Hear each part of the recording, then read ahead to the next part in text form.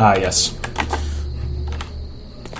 That's right. So actually, yeah, this guy has an armory built in his place, and I'm pretty sure, yeah, like, the guy who owns this place was actually at the party and was the bed stander that we knocked out in that one room, and we took a key off of him, and that is actually the key that we have to use here, that we can use to open this door.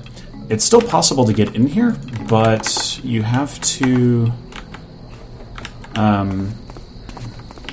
I forget where you get it from, but yeah, there's like one of the explosive devices that you use in the first game to blow the cathedral gate open. There's very few of them in the game, but yeah, so you had to like set an explosive down and then use a fire arrow on it to blow the door open.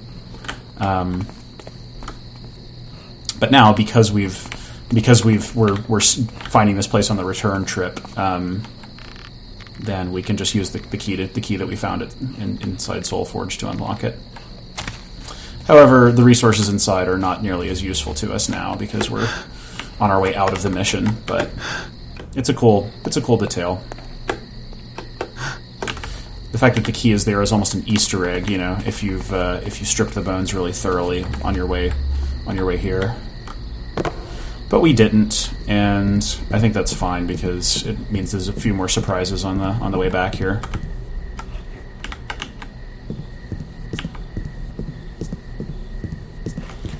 Okay, how did I get here, and how do I get back? Yeah, I can't.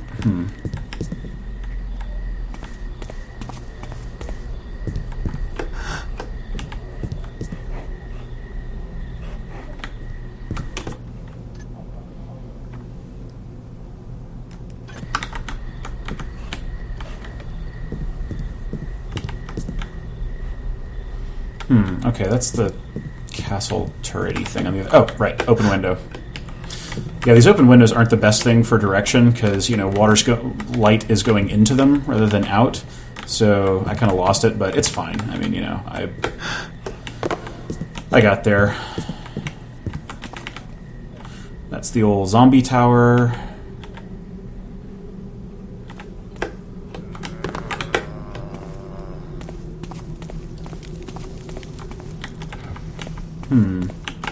Yeah, you know, now actually it occurs to me that I can finally shut this obnoxious couple up because I found a gas arrow.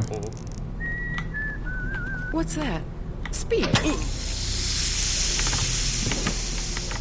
Robber.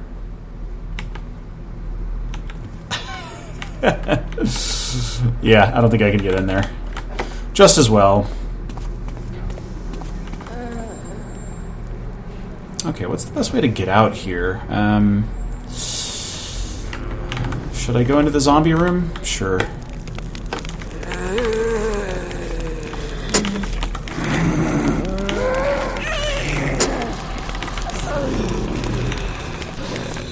Bye, guys. Love to stay in chat. Oh!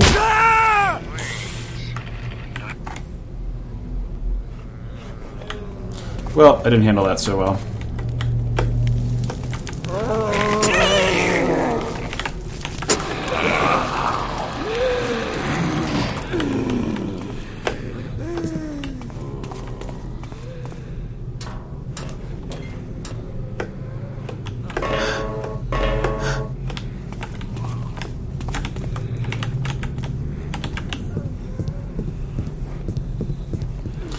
Yeah, there were refreshingly few zombies in Thief 2. There were definitely some missions in Thief Gold that are heavy on them, which is unfortunate, but I don't know. I suppose, yeah, if you were looking to play Thief, you know, just get it on Steam and play it through for the first time. I would still definitely recommend starting with Thief Gold because it does have some very good, memorable missions in it. However, it does have a higher proportion of missions that involve just non-human guards and supernatural things that kind of break or override some of the game's systems. So, you know, like zombies, you can sneak around zombies, but it kind of doesn't feel the same, and, you know, you're not getting like those good human feedback mechanisms of like people talking about their awareness states and stuff. Yeah. I hear thee. Come on, fight now.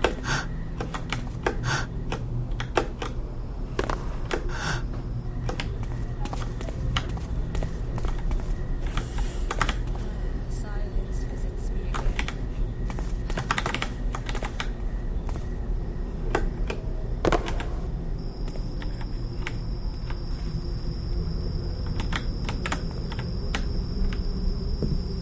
Alright, so we're getting pretty close to the end here. I believe our time on the Thieves' Highway is coming to a close. I definitely missed a lot more of the loot this time around, just because I wasn't, taking the time to leave no stone unturned and stuff, but there's still a fair amount to see in this mission. I mean, we saw a lot of the highlights, but yeah. Alright, so yeah, pretty close to the starting area now.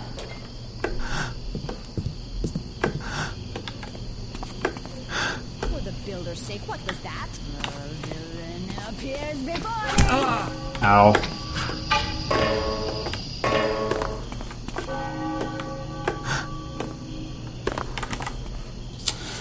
So yeah, we're basically back, yeah.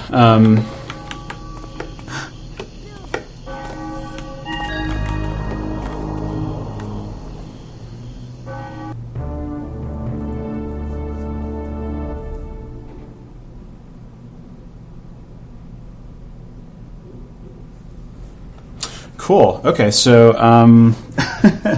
yeah, wow. A lot less commentary on this second half, I guess. I don't know if my brain was going to sleep from my delicious lunch or just if there was less to talk about. I did definitely kind of blather in the first part. Yeah, so that's Life of the Party. It's kind of 2/3 of the way through Thief 2. Thief Gold and Thief 2 are highly worth playing, and,